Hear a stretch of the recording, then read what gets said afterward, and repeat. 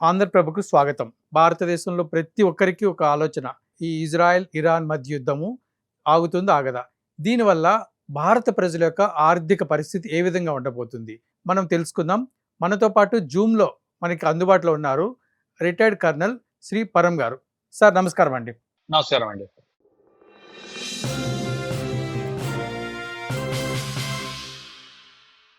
ఆహ్, సార్ ఈ మధ్య రాష్ట్రంలో ఉన్నటువంటి ఈ యుద్ధ పరిస్థితి ఎలా ఉండబోతుంది sir? Okay. So, Iran, USA, Israel యుద్ధం ఎలాంటి స్టేజ్‌లో ఇప్పుడు ఉందంటే, ముందుకి వెనక్కి తగని పొజిషన్‌లో ఉందండి ఒకటి. నంబర్ 1 ఫస్ట్ మనం అది నోట్ చేసుకోవాలి. ఆ! సో, దానికి సొల్యూషన్ ఎంత తొందరగా వస్తుంది అంటే, నా ఉద్దేశంలో ఇంకో 2 నెలలు పట్టొచ్చు కనీసం. హ్మ్. ఎందుకు అంటే, ఇది టిపికల్లీ ఎలాంటి యుద్ధం అంటే, ఇజ్రాయెల్ తప్పు లేదు. ఒక విధంగా చూస్తే ఇరాన్ తప్పు లేదు. సార్. మొత్తం అంతా యుఎస్ఏ వల్ల చేసుకున్న యుద్ధం అని చెప్పి తెలుస్తోంది.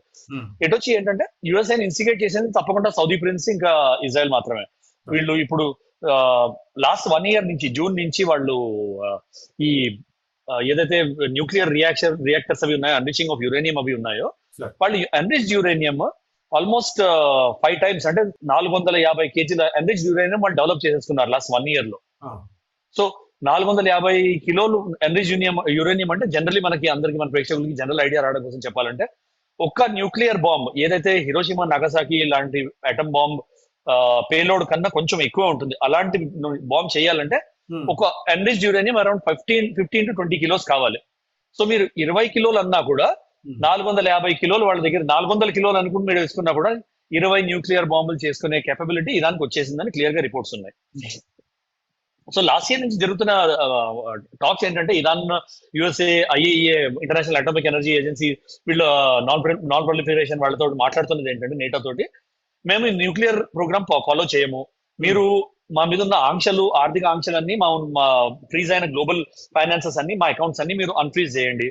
మేము we are willing to talk about not developing nuclear capability అని చెప్పి అంటూ వాళ్ళ మీద అలిగేషన్ ఏంటంటే, వాళ్ళు అట్లా మాట్లాడుతూ వెనకాల న్యూక్లియర్ ఎన్రిచ్మెంట్ ని, యురేనియం ఎన్రిచ్మెంట్ ని స్పీడప్ చేశారని. దానికి తోడుగా అయ్యింది ఏంటంటే, ఇజ్రాయెల్ మూసాద్ ఇంటెలిజెన్స్ అవన్నీ ఏమన్నాయంటే, వీళ్ళు ఎక్కడ ఆపలేదు, they are just stalling our talk so that ఏంటి మన టాక్స్ ఇదైన కొద్దీ వీళ్ళు they are speeding up their uranium enrichment అని. సో దాని వల్ల ఏమైందంటే, వాళ్ళకి అనుమానం వచ్చి యుద్ధం అనేది ప్రియంప్ట్ అయిపోయింది.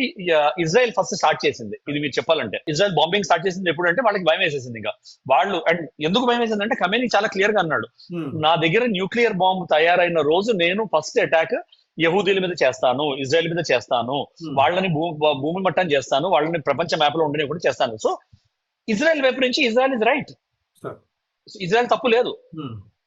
దానిలో యుఎస్ఏ ఎందుకు ఇన్వాల్వ్ అయిందంటే, యుఎస్ఏ ప్యూర్ గా ఇరాన్ ని పట్టుకుంటే హార్మూజ్ ని మేము కంట్రోల్ చేయొచ్చు, హార్మూజ్ లో ఉన్న ప్రపంచానికి వెళ్ళే 25% ఆయిల్ రిజర్వ్స్, ఎల్పిజి రిజర్వ్స్ మనం కంట్రోల్ చేయొచ్చు అనే ఒకటే ఒక దురాశతోటి యుఎస్ఏ ఇన్వాల్వ్ అయింది. వాళ్ళు వెనిజులాలో అట్లా పికప్ చేసుకున్నారు, ఇరాన్ కూడా అట్లా పికప్ చేసుకుందాం అనుకున్నారు. వాళ్ళు ఏమనుకున్నారంటే, ఖమేనీని చంపేశామంటే ఈజీగా ఇరాన్ లో ఇంటర్నల్ ట్రబుల్ అవుతుంది. ఏమవుతుంది, మీరు కొంచెం ఇరాన్ హిస్టరీలో కొంచెం వెనక్కి వెళ్ళి చూస్తే, ఈ యుద్ధం అయి జరిగే ముందర లాస్ట్ జూన్ నుంచి ఈ మధ్యలో చూస్తే ఆల్మోస్ట్ 35 వేల మందిని ఖమేనీ చంపించేశాడు, ఆయనకి అగేన్స్ట్ ప్రొటెస్ట్ చేస్తున్న ఇరానియన్స్ ని. దానిలో ఆడవాళ్ళు, పిల్లలు, ముసలి వాళ్ళు అన్న తరతమ వేదన లేకుండా అందరినీ ఊచకోత వేశాడు. సో దాంతో సిఐ ఇన్పుట్స్ ఏం వచ్చాయంటే, ఏముంది, ఖమేనీని చంపేస్తే there will be internal uprising, revolt అవుతుంది, గవర్నమెంట్ టేక్ ఓవర్ చేసేసుకుంటారు, మనకు కావాల్సిన ఒక పపెట్ గవర్నమెంట్ మనం పెట్టుకున్నాక ఇరాన్ తోటి మనం వెనిజులాతో చేయించుకున్నట్టు మనం ఇరాన్ తో ఏమైనా చేయించుకోవడం ఎస్టిమేట్ చూశారు వాళ్ళు. అదే పపెట్ గవర్నమెంట్ చేయాలి అంటే, మీరు ప్రాబబ్లీ మీరు ప్రపంచం అంతా చూసారంటే, మీరు ఐ థింక్ 1907 లోనో ఎప్పుడో గ్యాబోనో లేకపోతే గయానానో ఫస్ట్ రెజిమ్ చేంజ్ చేశారు, కంట్రీ పేరు నాకు గుర్తు రావట్లేదు. అక్కడి నుంచి మీరు చూసారంటే 62 రెజిమ్ చేంజెస్ అటెంప్ట్స్ చేశారు యుఎస్ఏ వాళ్ళు. దానికి వాళ్ళకి ప్రపంచ రికార్డు ఉంది. సో అలాంటి రెజిమ్ చేంజెస్ మీరు క్లాసికల్ గా ఎగ్జాంపుల్ చూసారంటే, 90% రెజిమ్ చేంజెస్ ఫస్ట్ 3-4 days లో అయిపోయాయి. యుద్ధం దానికన్నా ఎక్స్టెండ్ కాలేదు, రెజిమ్ చేంజ్ అయిపోయింది, యుఎస్ఏ కంట్రోల్ తీసుకుంది, వాళ్ళకి కావాల్సిన గవర్నమెంట్ పెట్టుకుంది, కంట్రోల్ వచ్చేసింది, యుద్ధం ఖతమైపోయింది.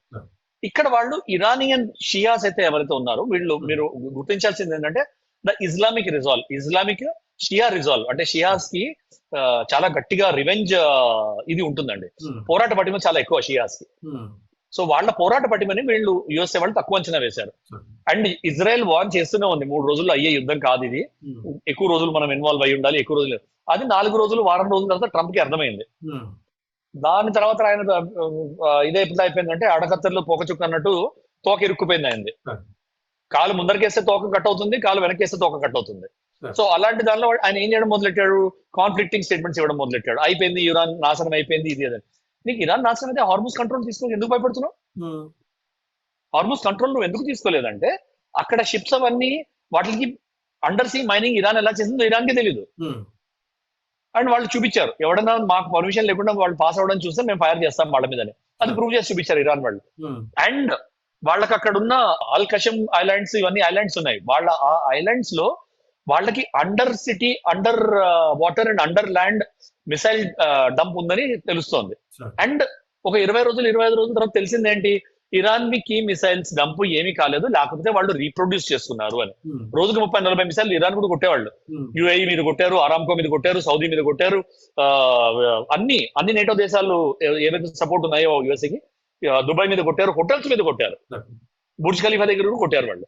సో అది కొట్టినా కూడా వాళ్ళ మిసైల్ డంప్, వాళ్ళ మిసైల్ స్టాక్ ఏమి వేస్ట్ కాలేదు, ఇంకా తగ్గలేదని తెలిసింది. లేకపోతే తగ్గలేదు, లేకపోతే వాళ్ళు రిప్రొడ్యూస్ చేసుకునే కెపాసిటీ ఉంది వాళ్ళకి. One of them what prove. రెండోది వాళ్ళ డ్రోన్స్, వాళ్ళకి వేల డ్రోన్స్ ఉన్నాయని తెలిసిందే. వాళ్ళు ఆ స్ట్రాటజిక్ డ్రోన్స్ ఇప్పటిదాకా తీయలేదు, వాళ్ళు చిన్న డ్రోన్స్ తీశారు, లో కాస్ట్ డ్రోన్స్ తీశారు వాళ్ళు అన్నది కూడా తెలిసిందే. Drone city, under water drone city, under water missile city ఎక్కడుందో తెలియదు వాళ్ళకి, అమెరికాకి.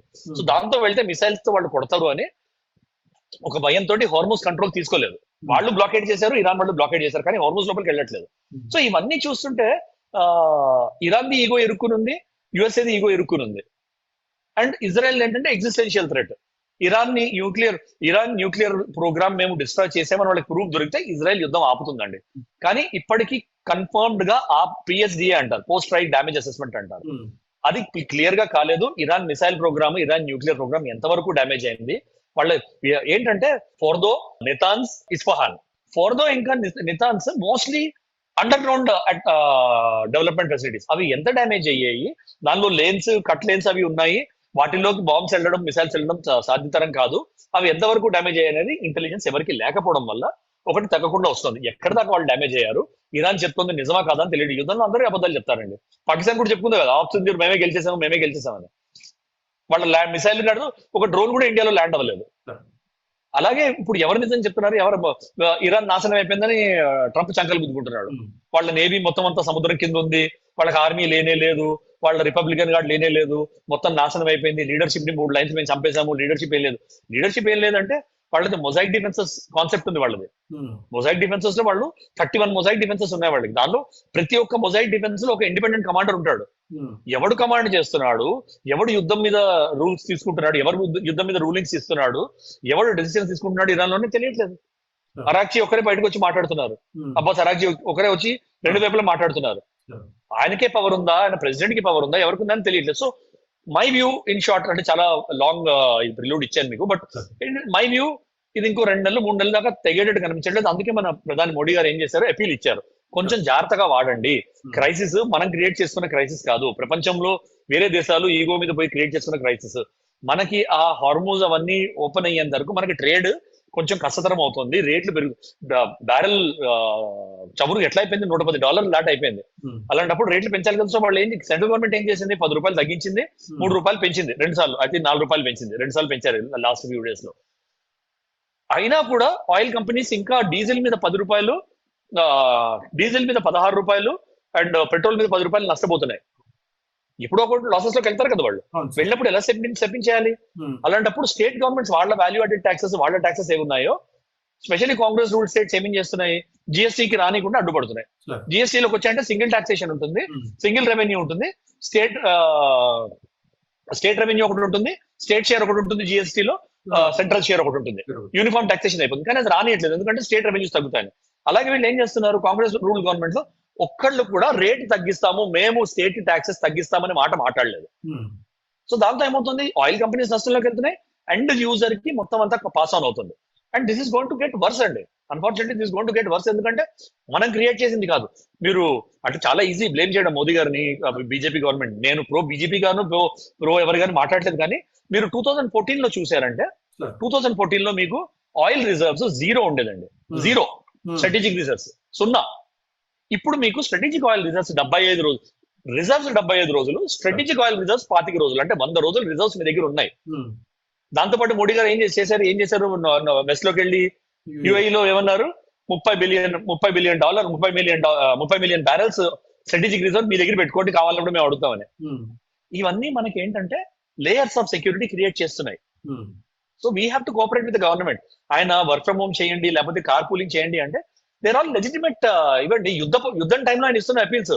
లేదు వాళ్ళు అసలు వర్క్ చేయలేదు, వాళ్ళు అసలు యాంటిసిపేట్ చేయలేదు అంటే 2013-14 లో మీ దగ్గర 2013 లో చిదంబరం గారు, మన్మోహన్ సింగ్ గారు వీడియో టీవీ మీదకి వచ్చి ఆ రోజు ఏ యుద్ధం జరుగుతుందండి 2013 లో? రాత్రి 8ంటికి పెట్రోల్ బంకులు మూసేశారు, పెట్రోల్ రేట్లు పెంచారు, రాత్రి 8ంటికి పెట్రోల్ బంకులు మూసేశారు, ఈ పైసలు చెట్ల మీద రావు అని మాట మాట్లాడారు, మీరు పొదుపుగా వాడాలి పెట్రోల్ ఇంధనాలు అవన్నీ అని అన్నారు. ఏం క్రైసిస్ ఉందని మీరు చేశారు అది? సో అది చేసినప్పుడు యుద్ధం టైంలో మోదీ గారు ఈ అపీల్ ఇవ్వడం తప్పు కాదు కదా. ఏదో మీరు పాలిటిక్స్ చేయాలి, మన ప్రజల్ని, దేశ ప్రజల్ని మీరు తప్పుదారి పట్టించాలి కాబట్టి మీరు పాలిటిక్స్ ఆడుతున్నారు. కానీ ఇట్ వెరీ సింపుల్. సెంటర్ 10 రూపాయలు ట్యాక్స్ తగ్గించానంటే స్టేట్ కూడా 6 రూపాయలు 8 రూపాయలు తగ్గించచ్చు కదా. మొత్తం మీద ఆయిల్ కంపెనీస్ కి వెళ్ళేది కదా ఆ పైసా. సో ఇవన్నీ మనం చూడాల్సినవి.